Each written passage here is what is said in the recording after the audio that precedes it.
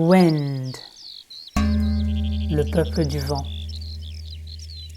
Un livre de Barry Alexander Brown.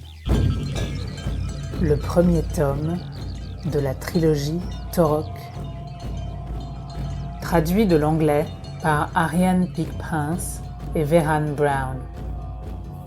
Une coproduction Les Clochers d'Orzamont et Massot Éditions. Lu par Vehan Brown.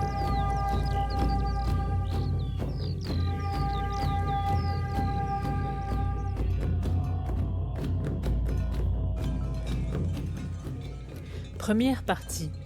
Les arbres. Chapitre 1. Les arbres hurlent. Leurs cris m'extirpent de mon rêve aquatique. Je nage dans l'eau. Les miens se noieraient s'ils se retrouvaient, même en rêve, dans l'eau profonde. Mais moi, Éon la feuille, je ne me noie jamais. Là où nous vivons, l'eau est comme une muraille. Elle nous cerne de toutes parts et elle n'est pas notre amie. L'eau est vicieuse et vengeresse. À la moindre occasion, elle nous happe dans ses profondeurs. Impénétrable, infranchissable et d'une redoutable efficacité, l'eau est la frontière de notre existence. Dans mon rêve, je louvoie à travers l'eau comme une créature marine.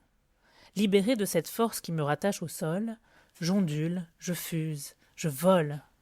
Je glisse de droite et de gauche, je me faufile partout. Je suis libre et je ris en silence. Ce n'est pas la première fois que je fais ce rêve. Souvent, je ne pourrais pas dire combien de fois exactement, je rêve que je nage sous l'eau. Chaque fois que je me réveille, j'oublie instantanément mon rêve, mais le mouvement fluide et les sensations intenses de liberté, de joie et d'excitation restent longtemps gravées en moi.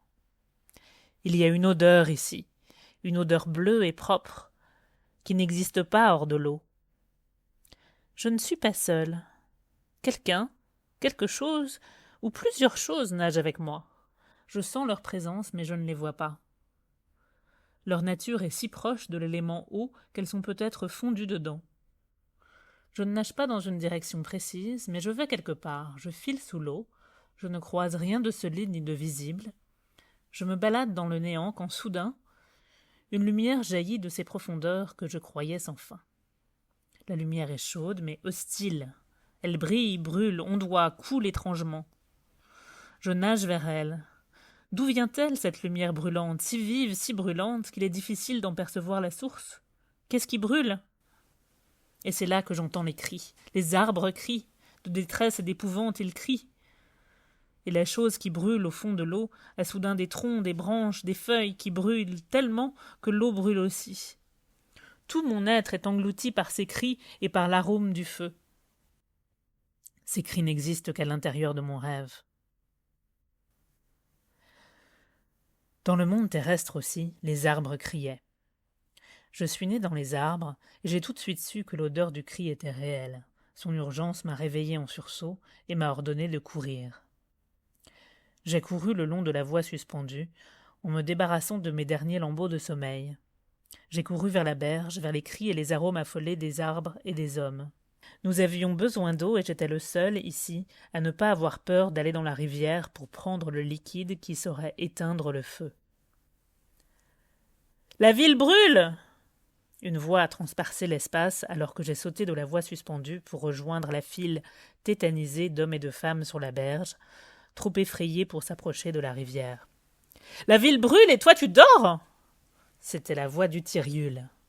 Elle avait 15 lunes de moins que moi, mais elle était bien plus gaillarde et téméraire que moi.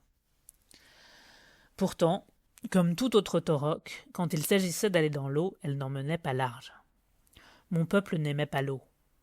Elle m'a flanqué un seau dans les mains, pendant que je remontais la file de Torok jusqu'au tout premier qui était suspendu, tremblotant, au bord de la rivière, tenant son seau à bout de bras pour essayer de prendre de l'eau sans pour autant basculer dedans. Je l'ai enjambé et j'ai glissé mon corps dans l'onde à la fois douce et menaçante qui semblait murmurer « On peut te prendre quand on veut ». Moi, je trouvais le courant plus accueillant qu'effrayant et j'ai enfoncé mon corps dans l'eau. Comme un seul homme, la file de Torok a retenu son souffle.